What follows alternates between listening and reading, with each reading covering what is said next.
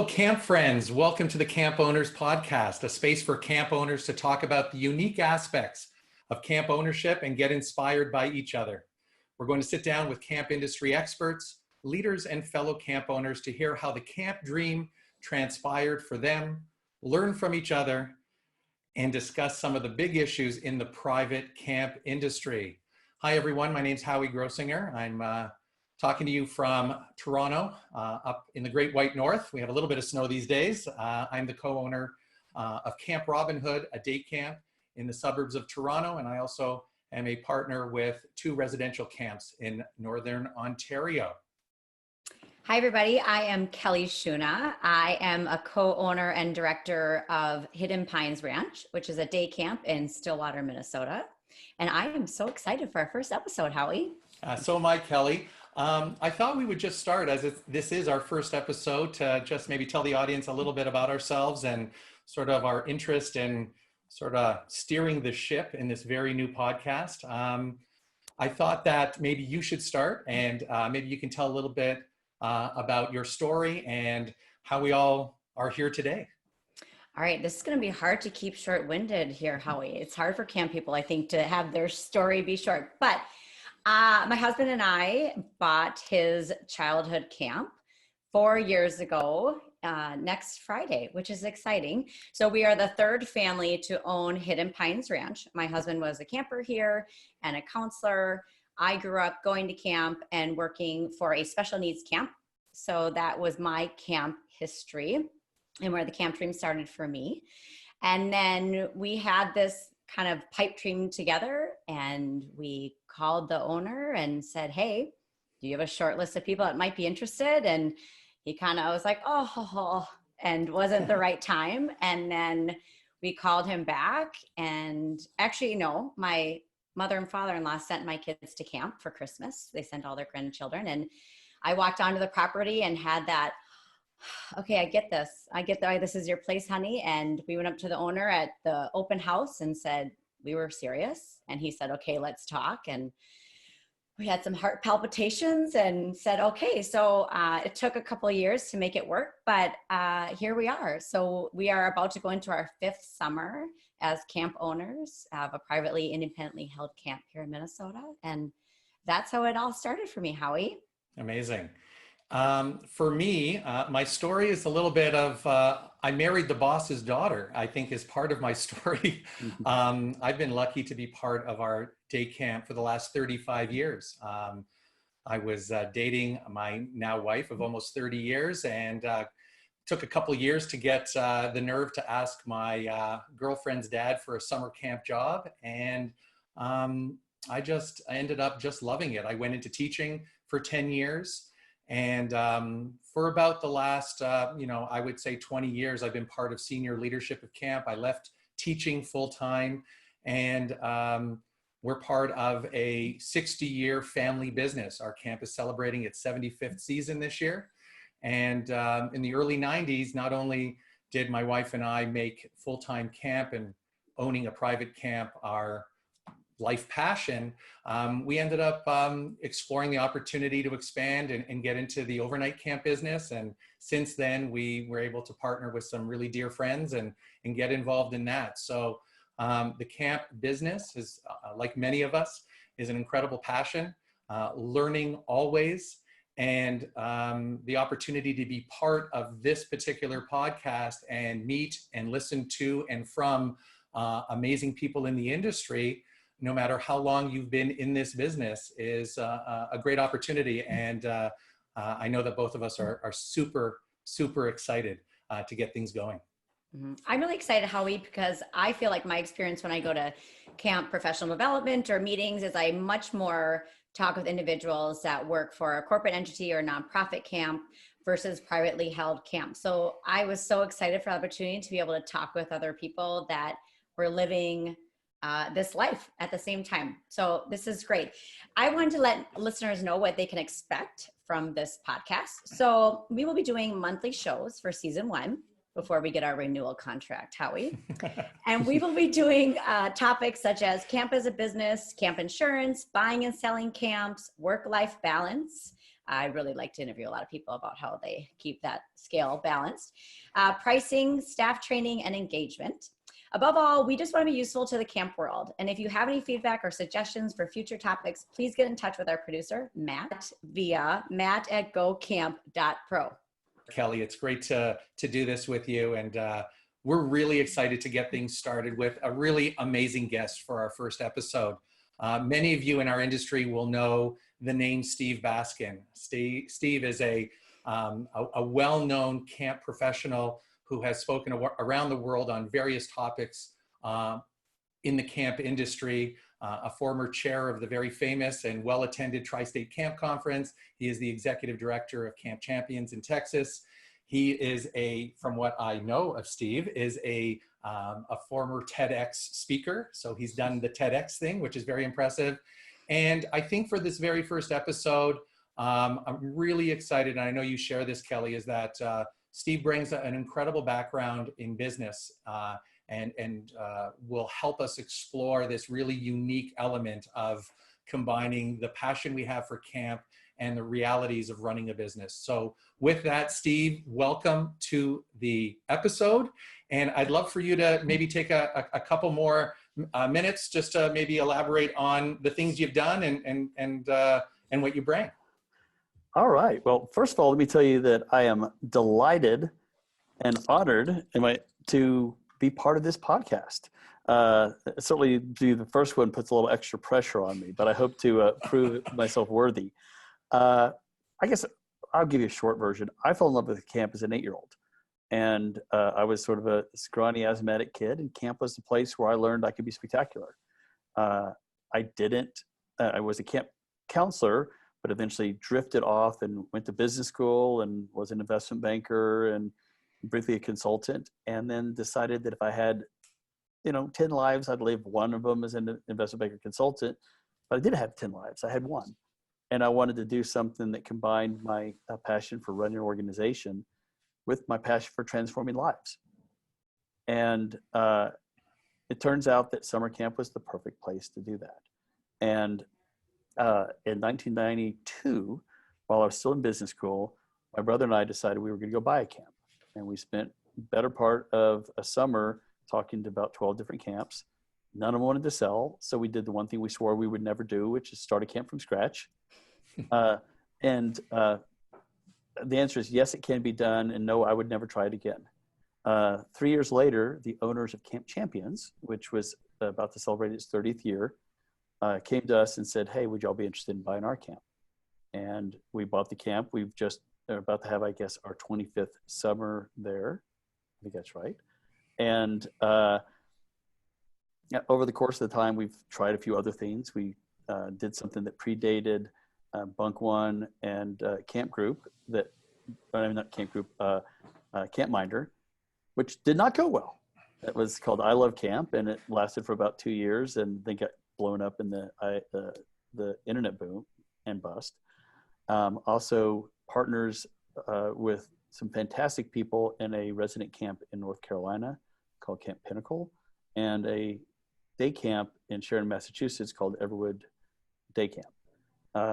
So I guess I would say that, mine has been a opportunity to mate what I'm passionate about, which is impacting kids' lives, while still being able to sort of practice things that get me excited, like how to make a effective and powerful organization, how to motivate people, how to, pursue excellence, and how to make a career out of something you love. That's great. And I know that from hearing you speak at conferences and from afar, that you offer really amazing perspective on things, and it really comes through the passion that you have. So to get started on this is really exciting. I can just add a little anecdote. I can very much relate to the camp from scratch example that you gave, because when I had the opportunity with my wife and our longtime friend and business partner, Saul Birnbaum, to buy Camp Walden, we had gone through the exercise of trying to buy a camp from scratch and finding a piece of property. And ultimately, the gentleman who sold us his camp that he founded looked at us and said, you can't do today what I did in 1969, but my camp may be for sale. So if you're interested, we should start talking. So the effort we put into this camp from scratch, which was an incredibly educational process, ultimately ended up with us purchasing a well-established camp. So that experience I can very much relate to. So that's great. Right. Well, I will not bore you with the details, but the math of starting a camp from scratch simply doesn't work because the amount of outlays out front are massive, and it takes a long time to get enough customers so that you even achieve break even. So unless you have very, very, very patient money or money that doesn't want or need any return whatsoever, it just doesn't work. And, yeah. No. The phrase that was shared with us was, Howie, you don't have pockets that deep, was the phrase that was shared with me, which I totally got very quickly. Ellie? I love hearing you say that, Steve, about pretty much being impossible almost to start your own camp unless your pockets and your money is very patient. Because when my husband and I were in the process of trying to purchase our camp, we, a business deal is a business deal, right? Whether it's camp people or not camp people. But there was times where we thought, okay, let's just walk away. Maybe we should just start our own. And my mother-in-law, who is an entrepreneur, she said, no way. It will take you at least 10 years, Kelly, to build a client base and facilities and all of that. So I think that's really interesting to hear you say that. Because I think it's very true. So I have been tasked with asking you our questions that we are going to ask every guest on all of our episodes. And you answered one already, which was great. It was, what was your camp dream and when did it start to become a reality? And you answered that for us. I love when you said camp showed you that you could be spectacular. I feel like that could be on your poster on your website, because that stuck out to me. I really like that a lot. Well, my mom used to say that camp gives you a chance to try out new versions of yourself. And if you are an only child, you get to learn what it's like to share spaces. If you are the younger child of the local football star, which was my situation, but I was an asthmatic, so I couldn't play football. I got to be suddenly, I wasn't anyone's younger brother. I got to be me. And if you're doing it intentionally at camp, you can find what makes every kid special. And you give them a chance to try out new personal narratives, and a narrative that says, no, I'm not the dyslexic kid, so I'm stupid. No, all those compensatory skills that I have developed as a dyslexic child makes me a spectacular camp friend. Or whatever your challenges are at home, we could find a way at camp to have a kid feel special. And that's really the part that I connected with. And when I had the idea or the possibility of getting into the camp world, that was the gift I wanted to find a way to give. And when I get really geeky and really obsessive, I'm asking the question, what needs to be true for every child to figure out what their current narrative is? What do you want their narrative to be? And what do we need to do to help change that narrative? So when you were 8, was the dream, I want to run a camp, or was it just a feeling about this has gotten to my core and I want this to be a part of my life? When I was 8, I just didn't want to be a disappointment, right? I mean, when you have everyone expecting, look, I grew up in Midland, Texas, which is where Friday Night Lights was made about, Midland and Odessa. And my older brother was kind of a legend because he was the all-district center and he wasn't even 5'8", right? So he was called Mighty Mouse, and they wanted me to be the Mighty Mouse, which was great for him, but wasn't great for me. And my parents told me I was okay, but other people would give you one of these. Right. Right. And, sad eyes, poor baby. And I started to believe that I wasn't worthy. And so it wasn't like at camp, I tell people I wish I had looked up at Orion that night, or I guess Scorpio, and said, someday I will own a camp. I didn't. I was just so glad that camp had given me this gift. It was only later when I had the benefit, right? My aunt and uncle own a camp, and they had asked me to look at, some of the things they were trying to do. And I began to realize you can actually make a living doing this. Right. You're not going to buy a yacht. You're not going to buy a private island, but you can have a really nice living doing something you're passionate about. And that's, I think, probably mid-20s while I was at business school, I realized, yeah, this is what I want to do. Yeah, That's we incredibly often helpful. we often say, like, when people ask, and we get the classic questions like, what are you doing the rest of the year, kind of stuff. And we can explore a little bit of that. And Yeah. I can see all the eyes rolling and as people are listening in their cars or wherever they're listening. But, at the end of the day, I think many of us, and I know I can only speak for myself, is I really feel this is a real privilege, this opportunity to do this and impact people the way we do. But I think we can all agree, like, we really love our lives. We're really lucky to do what we do. And the fact that we can have these conversations and encourage people, how many people have you crossed paths with who are former staff who will say, listen, I wish I was doing what you're doing and all that stuff. And there is a romance for sure with the camp ownership, camp director space that we occupy. And some of the realities of 2020 versus 1980, they've shifted, and maybe we'll get into some of that as well. But the reality is that, the camp dream, for some of us, I think we're all really lucky to be doing what we're doing. And I think it's great to have you, Steve. Okay. It is now time for us to do some necessary work to give a big shout out to our sponsor of this podcast, Camp Brain. Camp Brain camp management software serves 1,300 plus camps. They've been doing this since 1994 with 45 plus dedicated staff to meet your every need. With core modules for camper, conference center, and fundraising, Camp Brain has all the features to meet your camp's needs. They are always innovating the software and releasing new features based on their deep knowledge of the camping industry. For instance, look for their new Camp Store module coming this spring. It will be integrated with Square to provide an excellent point of sales experience, inventory management, as well as an online store. I'm really excited that Camp Brain is part of this podcast. I have been associated with Camp Brain myself, and I know there's a lot of options in the camp management software in our industry. Camp Brain is a company that I've been connected with since 1994. Been really proud to see the growth that Rob and Shane and their team have developed over the years, and just really, really honored that they would come on board with this podcast and support what we're doing. So if anyone is considering a move to some new software or rethinking what they're already doing, I encourage you to reach out to Camp Brain. You can check them out at campbrain.com, or you can call 866-485-8885. Okay, so we now are going to sort of move towards some of the specific topics that I think Steve can really offer some insight to and generate some really good discussion amongst the three of us. So I think that at its core, Steve, the question we wanted to kick off with is, in your view, what does it mean, to view your camp and organization as a business? I think that's a jumping off point, so to speak, for why we're doing what we're doing. I struggle a little bit when people ask me about this, and I think a little bit stems from when I first came into camp. I came straight out of business school.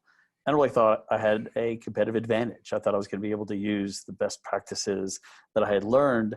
And I think I came in thinking it was more of a business and more of a place that you need to be thinking, and not as much a place that you need to be inspiring. I needed to realize it has to be a mission, it has to be a passion. And if you're not serving all your stakeholders, your employees as well as your parents and as well as your vendors, you're not going to do well. And in that way, a camp's a business the same way a great school's a business. So this is not, I don't want to say that camp is a money-making machine. If you want to make money, there are better ways to do it. But I do think that there are certain disciplines. There are certain practices that enable us to do things at a higher level and have a better impact with children. And one of the things is finding your way into the virtue circle. And the virtue circle goes a little bit like this. You do a great job with your families. They're delighted. So they give you word of mouth referral to other people. So your camp can grow a little bit. You also can raise price a bit. as a result, the next year, you have a little bit more cash flow. So you can invest in better people, a little bit more training, and maybe build something new cool at camp. Well, now the satisfaction level of your families goes up even more. So now you're able to, maybe hire Michael Brandwine to come do a session for you during orientation, and you build an even cooler new thing. And now you get to hire a full-time recruiter or a full-time, another professional that works with you year round. So the quality of the camp goes up again. So once again, your retention levels go up and you can raise price, and you end up in a place where, not because you're focused on cash flow, but because it happens because your revenues are growing, you're being disciplined on your costs, and you're being thoughtful and strategic on your cost. But if you control cost and revenue grows, you end up with cash flow that enables you to make the product better.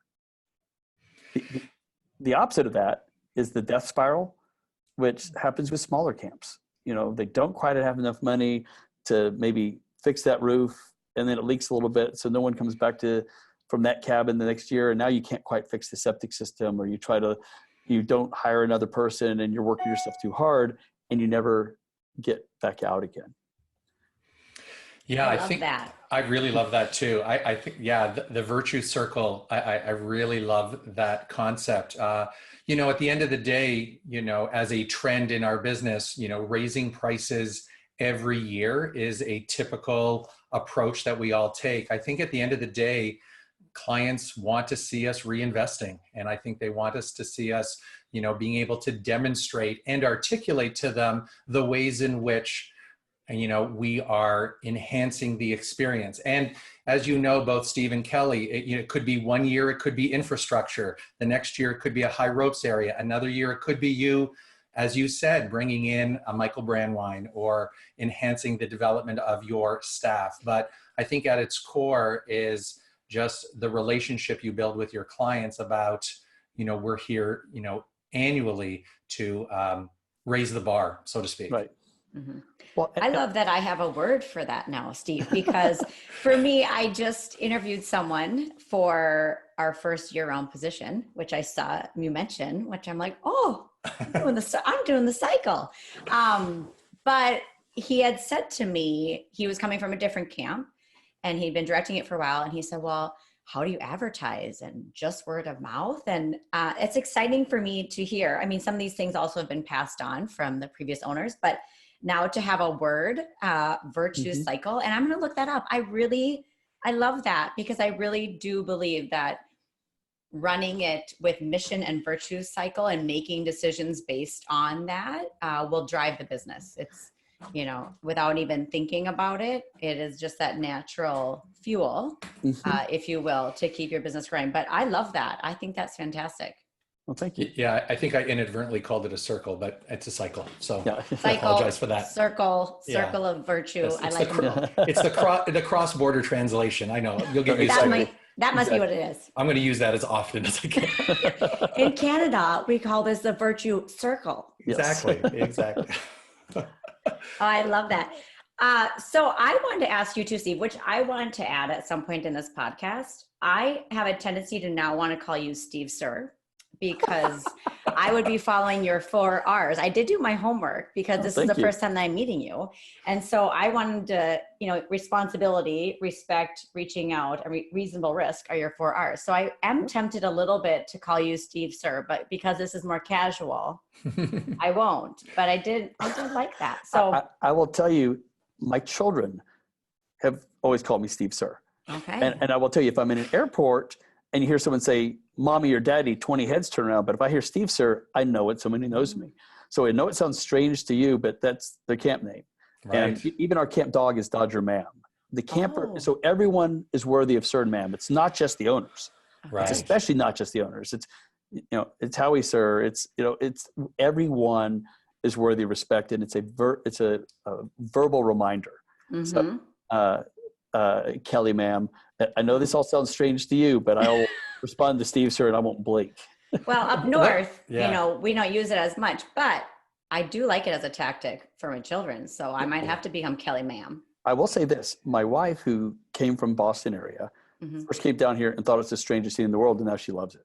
So Susie Ma'am has adjusted. Does it have like some Southern though, ma'am? Like would I be Kelly ma'am or is it ma'am? You'd be Kelly, ma'am. Okay. No, there's no need to make it sound like we're down south or we're gonna have to get under the veranda. No, it's just. I do like that though, you know. Well, So, okay. All right. Now that I've derailed us, Steve, Yes. sir. It's all good. My next question, kind of carrying off of what Howie had asked you, but what do you see as a major difference between privately held camps and corporate or nonprofit or organizationally held camps?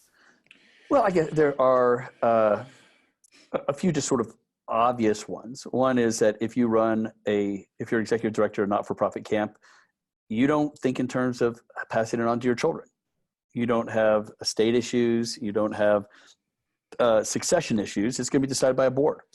That's a big difference. Another one is if you run a not-for-profit camp and you have a couple bad years, if you have a good board with a couple deep pockets, they can help you out. If you run a private camp and you have a couple bad years and you default on your debt, you're done. And I think what it does is it puts a little extra ownership into it. I also think, and my wife and I've talked about this a lot, is that you feel really deeply personally responsible for every child. And I think maybe part of it is that we're trying to make it clear that we are not a for-profit business. We are, but we aren't. Mm-hmm. So by God, your child is precious to us. And if your child is sick, we're losing sleep. And I know, some of my best friends run fantastic, inspiring not-for-profit camps, special needs camps, agency camps, who care for their campers every bit as much as anyone else. But I think there's this level of ownership because it kind of has your name on it. And it's reflecting who you are. And the camp's failures are your failures. And not just emotionally, but financially. So there really is a downside that, you lose your camp, you also lose your home. I don't know about y'all. I live at my camp. My home is middle of my camp. Mm-hmm. So, if the camp goes away, I'm homeless. Yeah. Yeah. And it's also, I find very interesting to find the correct balance with that internal feeling and how you project that to your staff, right? So I feel like, I feel we do a really good job at staff development. Kids have grown up at our camp and the care and concern we've shown. And then all of a sudden they become staff. And as we sometimes say to our staff, the stakes have changed, right? You're now taking care of other people's children. And I would never want my staff to feel that if they messed up, they're messing with my living, but they sort of are. But you've got to find this kind of really appropriate, genuine, authentic balance of, having faith and trust in the people who are delivering on all the promises you're making to our families, because often they are coming very personally by us, right? Whether it's a home visit or on the phone. Kelly, I'm sure you're constantly having conversation with moms and dads about, your investment in the experience. And then we're passing them off to our staff. But, I hear what you're saying, Steve, around, and you live on the property. So I find that we're all navigating that fine line between, yes, it's our living, and how do we temper freaking people out that they're messing with what Howie and Sari are doing or something like that. Well, let me give you maybe a thought on that might make it easier, is that I finally got past thinking you're messing with my livelihood, because in order for that to be true, you're doing something that is deleterious to a child or to the child's family. And that in and of itself is enough for me to take action. Yeah. So forget my business. I don't care about that. You're doing something that is going to make a child feel unsafe, or make a child not just help them learn how to resolve a conflict. You're not doing your job. And I would respond the exact same way if it were my business or not my business, as long as I stay focused on the kid. Yeah. Yeah. The bigger challenge for me is, my wife and I joke that we're sort of a 20-year overnight success story. I mean, there were some years early on where we had 4 kids in, under the age of 5, and we were living in 2 bedrooms with 1 bathroom and struggling to make stuff work. Well, we've reached a level of success now where that's no longer true. And once again, we don't own yachts, we don't own islands, but we're doing pretty well. The house we live in is a nice house, I'm conscious sometimes that I don't want the staff who are working their tails off for not great pay, because camps can't afford great pay, to be resentful. And it's a huge priority to me that if I cannot demonstrate daily during camp, and especially during orientation, that we're about the mission, then we will fail. That is maybe the single most important challenge, is that even though we've got the gray hair and we seem to have achieved a level of success, we're still about the kids. Yeah. And for me, and I know Kelly will probably want to jump in as well, is I feel like that last example you gave has been sort of passed down from, Sari's dad, Larry Bell, who's essentially our founder for 60 years, is, when I got into this idea of possibly buying a camp with my wife and a business partner, he would be very forthright in using, I never thought of what I do as a business. And I think we were, and while he is a good businessman, I think all the things you said came to the fore, It really was the backdrop of everything that we do or try to do is around, not putting pressure on people to think that everything stands on everything they do, and that we're supportive and we trust them, and that we're creating a really loving and, effective environment for our kids and our staff. So with that, I'll just pass it on to Kelly. I know you probably had a thought. Well, I was going to say, if you're not watching on YouTube, I was doing a lot of active listening for both of those answers that Steve gave about, it's reflecting on you and your family, and especially what you just last said, Steve, about, your home and not wanting staff to feel resentful about what they're paid and what goes into camp. And I think about that a lot. Just even like the car that I drive in our community, and not wanting to ever give people a reason to be like, oh, well, that's why camp is so expensive. But also, if we go on vacation as a family, I feel very hyper aware of sharing anything on social media.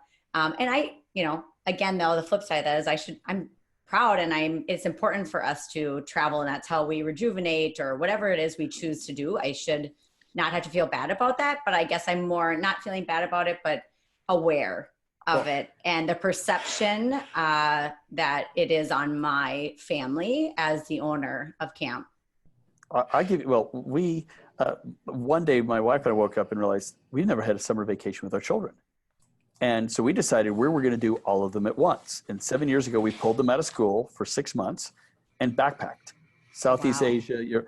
And I blogged every single day. And part of my reason was parents wanted to hear what these crazy camp directors were doing. But the other thing was to provide 100% evidence that we were living close to the ground. We were eating street food in Vietnam. We were not staying at the Four Seasons. We were just, had piled up all those family vacations that we weren't having. But the thought you're describing is, oh my Lord, I don't want people to think, oh yes, the camp directors is on a world trip. No, it was an adventure. Yeah. And I find it very interesting that we're a very unique industry that way, because I don't think people in our communities look at their lawyers and their doctors in the same way. No, they don't. When they're out on the town or doing those things. So and I think that just speaks to the personal responsibility that we take on very genuinely about, delivering what we deliver, and how careful we are to project what is consistent with our values and the mission, as you said, of what we do every summer. So that's great. So Steve, we want to ask you a little bit about what you think is unique or unexpected, or a unique or unexpected challenge of being in the camp business. And I feel like you've talked a lot. That's basically what we also included in the past couple of minutes. But is there anything else that you would add about what's unique or unexpected as a challenge of being in this industry? Well, there's two things that are unique. One is you need to be in the business of inspiring. I mean, in the most literal term possible, young people. And if you can't connect with and inspire and share a passion with 18 to 25-year-olds, you're done, right? I mean, and they can smell inauthenticity a mile away. Yeah. So one of the huge challenges is just being true to this amazing calling we have. The other thing that makes it unique is, where else are people giving you their child? And particularly with overnight camp, these are parents that won't let their kids ride around the block without, following them sometimes. And they're wearing helmets. They're worried. They've been told the world's a scary place. And then we're saying, hey, I know the world's a scary place. Come send your child to me, a relative stranger, for 14 to 21 days. And that is, where else does that happen? And that is such a unique challenge. And it forces us to be highly, highly skilled in not only working with children, but understanding the fears and needs of the parents themselves. Right.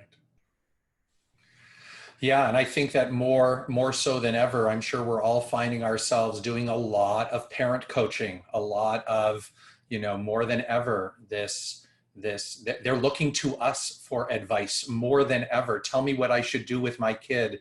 This is what's happening in school. I find that our industry has become much more extended to the rest of the year than sometimes even the summer because of, this great responsibility. And I think we've proven it, that people look to us in a way that they trust, advice, perspective, etc. So I think your point's really well. And we need to be that way. Yeah. And I'll say two ways, but if you looked at what camps charged 30 years ago compared to what the consumer price index is, and now what we charge now versus the consumer price index, camps have raised the prices a lot more than inflation. We better be doing more than we were 30 years ago. If 30, 40 years ago, we were in the recreation business, we better be in the education and youth development business. And if we can't help parents, we don't deserve to have their child. The second thing, it's sort of two thoughts. One is I blog every day during camp, and we have 100% of the parents' attention at that time. So that's when I do most of my parent education. The second thing is 4 or 5 years ago, we created a whole new position called the Director of First-Time Families. And this person's only job is to specifically address the needs unique to a first-time camper and a first-time camper parent. A returning parent at either of your camps is now a trusted ally. The first-time parent has no reason to trust you at all. You're a stranger with their child. And we begin to realize there's a huge asymmetry between the needs and wants of a new family and a returning family. And why are we communicating with both groups in the same way? So we have one person whose one job is to focus on the needs and wants of first-time families. And involves, I won't go into the details of what that includes unless you'll want me to, but that was a big sea change for us because, the returning families don't want to change anything. Yeah. Sorry, go ahead. Finish your thought. And the new families don't care about what you have or haven't changed. Is it safe? Is my child going to be loved? Is my child going to grow? And is my child in the same bunk with all their friends that I want them to be? It's usually the returning stuff, but that's par for the course. I'm curious, actually, with this role for first-time families, a lot of what we do with first-time families is with the lead up to camp. Steve, maybe you can just quickly describe some of the things you're doing tangibly with these new families, maybe from the time of registration to the first day of camp. Maybe within the first couple of days, just very quickly, just give people a sense of Absolutely what you're doing. Every one of the families will get at least 30-minute phone call from a director with specific questions about what do you want true for your child. It's not how much fun they're going to have, but here are different ways they are going to grow. What are your goals for your child? The child will receive a special welcome to camp package that will have some fun stuff in it, but it will also include branded sunscreen and branded water bottle. So we're sending a message, hey, we're worried about the stuff you're worried about. The parent will also receive a special package that includes Michael Thompson's book, Homesick and Happy, and a gift for the parents as well. We'll also have a series of 2 or 3 different emails that will say things like, your friends are looking at you like you're crazy for trusting us. We want to earn the right to make you feel like you made a great decision. Once they're at camp, we then have the first 48 to 72 hours. We have a team of people that follow the new campers, and they will send a special email with a photograph and an anecdote for first-time camper families only. So the parents get this extra something that just says, yeah, we know your child. They've made a friend. Her name is Nancy. She loves, they both love to go to canoeing, and their counselors' names are X, Y, and Z. Yeah. So that's the gist of the first year camper event. It involves hiring some other people, but it's absolutely been a game changer for us. What, one person? Is that a multi-person role or I have in your organization? I have a full-time person. Yeah. And then last year we would have 5 or 6 boy counselors and 5 or 6 girl counselors who are the ones actually getting to know the kids. Gotcha. Amazing, amazing. So, we're thinking about in this podcast, not only addressing issues of the seasoned camp owner, but also looking at, for those listening and maybe watching when we post a YouTube version of this, Yes. for the person who's aspiring to become a camp owner, what insider tip, and I'm sure there are many, and I'm sure the 3 of us can come up with a healthy list, but for a new or up and coming camp owner, what thoughts immediately come to mind as far as things you'd like them to think about if they're going to get into, the private camp ownership piece? Okay, so I want to make sure I understand your question. These are people who are already there and want to get better, or people who are on the outside trying to get in? I think people who are either fresh or people just starting to get into it, early people to the. Okay, so they're in the camp industry, because trying to get in the camp industry is a hard thing to do. Yeah, for sure.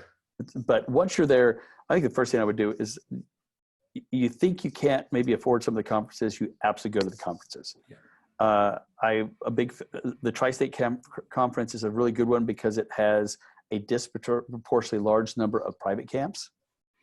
So if you wanted to go to sessions that are focused on things that the needs and wants of new campers, new camp owners, that'd be a great place to go. There are organizations like WAKE, the Western Association of Independent Camps. There's CODA, which is the Camp Owners and Directors Association, which is all private camps that are affinity groups that are all camp owners and directors. Right. So I would go to conferences. I'd find out who are the smartest people in the room, and I would go up and introduce myself and say, "Can I buy you a drink?" Right. And I will say I learned more about how to run camp by sitting in the bar at the Hilton on 6th Avenue back when when Tri-State was there, just listening to people like Dave Tager and Jay Jacobs and Roger Christian, just these guys who were the legends for me. And I would feel like I was just sitting at granddad's or dad's knee and learning.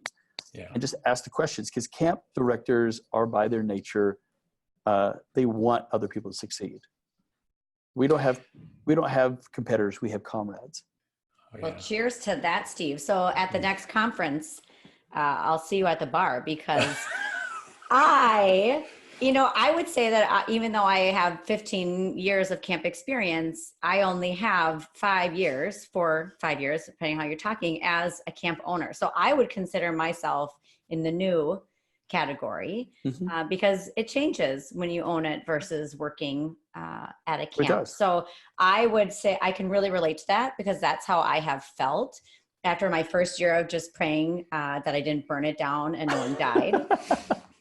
Then the next year, you think, okay, how can I put my own stamp on this, and how can I make it my own, and what can I learn? And I could have done that way better. So conferences for me, I am a sponge. I can't talk to enough people. I can't go to enough stuff. I think that is something I didn't know existed in the camp community, and I have been so grateful for. And if I didn't have children and a husband, I would attend all of them all the time. But I would second that notion, that I think that is a really helpful tip. Well, and let me give you one caveat: is don't be shy about asking about 5 different people. If you could only talk to 2 people, who would they be? Right. No, because I remember Phil Lilienthal. I love Phil Lilienthal. And there was about 3 different guys. And I used to joke, if I went to a breakout session and Phil and one of these other men and women were in the room, I knew I had gone to the best session.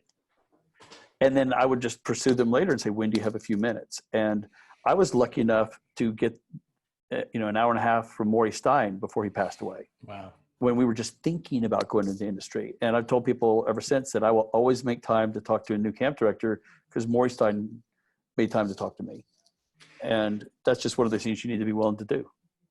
It sure is. And, it's such a wonderful aspect of our industry that people do applaud everyone's success. Everyone wants to be successful. There's lots of kids to go around, and we all benefit when we're all doing good work and continuing to move this forward the way that we do, for sure. It's wonderful. I have the same thing, Go ahead. I was just going to say that, the names that you said I'm very familiar with back in those Manhattan conference days back in the day. And I feel like, the private camp industry in Canada, just for our listeners, is very focused in our province in Ontario. It's really interesting, the landscape of camping in Canada. We're a very large geographical country, but not-for-profits, church, boys and girls clubs, YMCA, predominate outside of Ontario. So we have a very small, relatively small group that's very similar to what I would describe as the Northeast culture of overnight and day camps.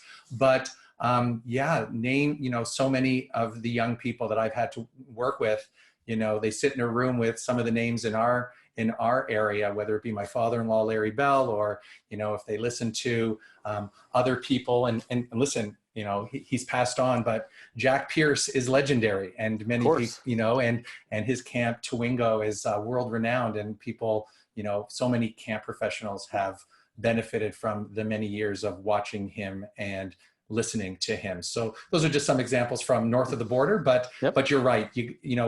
We're a very giving profession, and young people just need to, be connected and not be shy, because we'll give them the time for sure.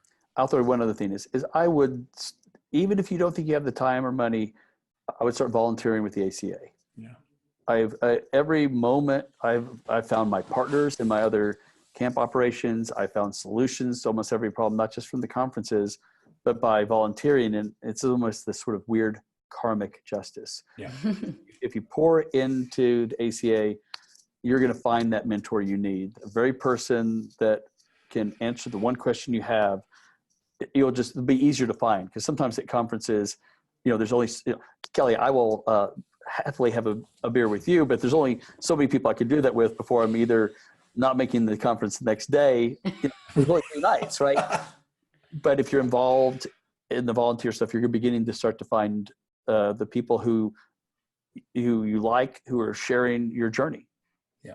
And it's pretty easy to find, and the volunteering is a great place to start. ACA will be happy to hear that, Steve. It's almost like they have a plug on here. I like that.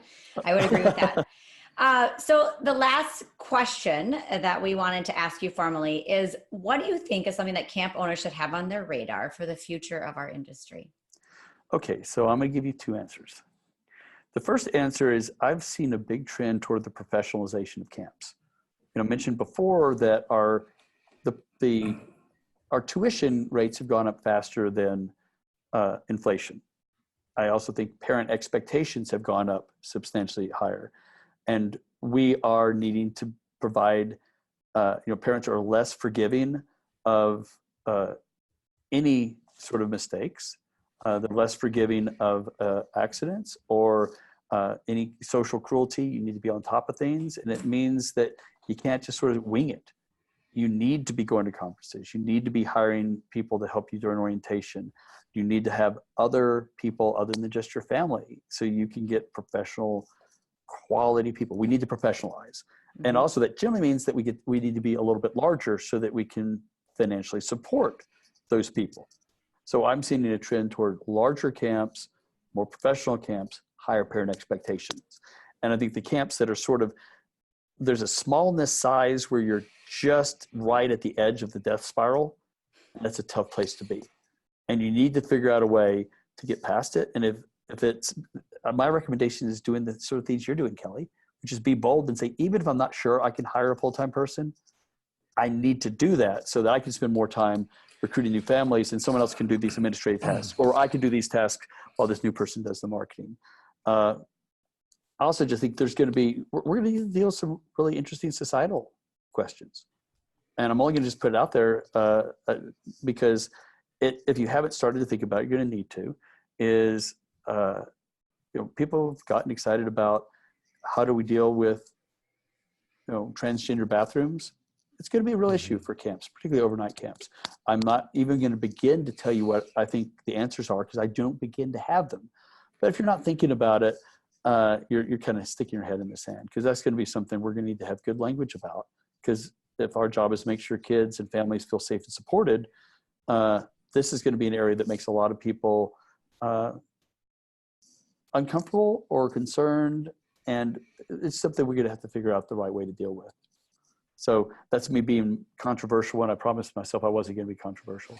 Well, I mean, I think it's just the reality of way things have changed and how we have to adapt and continue to be at the forefront at providing experiences for everybody. So I think that we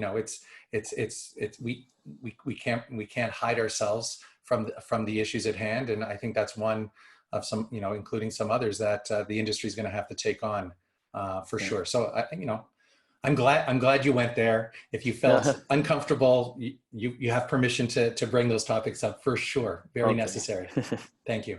Yeah, I wouldn't say controversial. I would say aware. And I think camp should be proud that conversation is happening, and that it's not something we're waiting for every other industry to tackle. It's something that should be a topic. So I think that's great, Steve.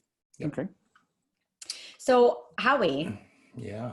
I don't remember if you or I should start this inspirational moment. Well, no, our planning, this was all you, Kelly. You inspired. It's me? Yes, you inspired us to include this in the wrap up of the episode.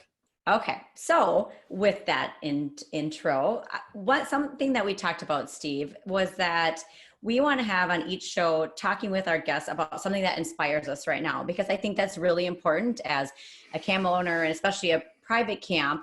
The passion is fueled within you or within your partner. And so what is inspiring you right now in this industry or in your life? It can be a book, an article, a podcast, documentary, a leader. But what is something that you would say right now, Steve, that is serving as your inspiration? I am almost obsessed with the work that is coming out of Angela Duckworth, Carol Dweck, and David Yeager. David Yeager is actually going to be one of the keynotes at ACA. He's actually a friend. Paul Tuff recommended that I meet him about 10 years ago when we were doing a study to see if having KIP students at camp would help them at school. And the reason I'm interested in his work is it focuses on mindsets, and mindsets change the way a child learns. If I believe I can become more intelligent through hard work, that's different than believing I'm either smart or dumb. If I believe that I belong, that's different than thinking I'll never belong. And it turns out that you can change or improve a child's mindset in very short, distinct interventions, some of which are just 30 to 40 minutes long. Well, we have this 1 week, 2 week, 3 week intervention that can help children get better mindsets, get better narratives. And if you could change a child who believes that every problem's a boulder, every rock is a boulder, to every rock is a pebble, if you can get them to believe that every problem is an opportunity in disguise, that changes the way they learn, the way they approach their lives. And so the way I've started to think of education is school is where you learn content. And you need content. It takes a long time to learn the subjunctive or algebra or calculus. But a mindset, it's like you've supercharged the engine. So we learn for 9 months, we go to camp, we get an elevated narrative, an elevated mindset. And now when we learn the next year, we're doing it with more horsepower. And then we go through that year and we elevate again. So my two inspirations are, what can we do at camp to maximize the change and improvement in a child's mindsets? And then how the heck can we get it to a broad range of kids from all socioeconomic and ethnic backgrounds, instead of the traditional population, which skews to Caucasian, upper middle class kids for the most part.